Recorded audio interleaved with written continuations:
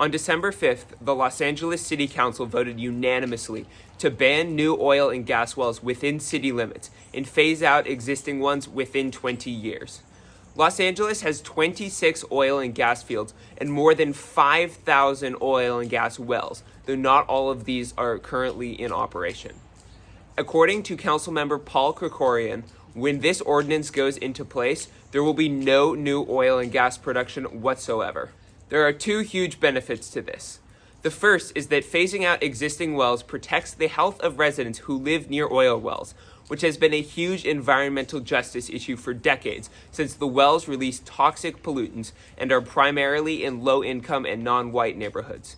More than 500,000 people in LA live within a quarter mile of active wells that spew harmful air pollutants that increase the risk of preterm births, asthma, respiratory disease, and cancer. Banning new fossil fuel extraction and phasing out existing wells also helps us move away from fossil fuels in hopes of curbing climate change. The greater Los Angeles area is one of the largest oil-producing areas in California, and California is one of the largest oil-producing states. In the U.S., Los Angeles is the second largest city by population and the 14th largest by land area, a good bit of which is over oil reservoirs. It's important to remember that from a population, a land area, and an oil reservoirs perspective, there is a lot of LA that isn't within the city of Los Angeles. This means that there will still be a lot of oil drilling within greater LA after this ordinance takes effect. That being said, the city of LA is the center of it all, so surrounding cities will likely follow along and impose similar restrictions.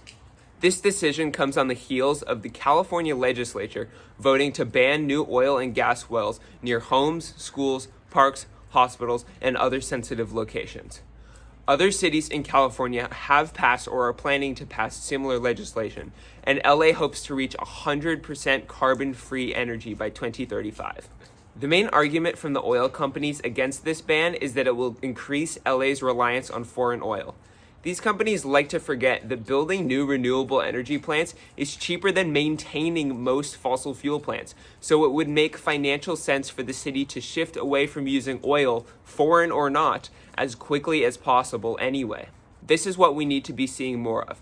When we elect politicians that are set on making environmental protection and the fight against climate change a priority, we see more progress.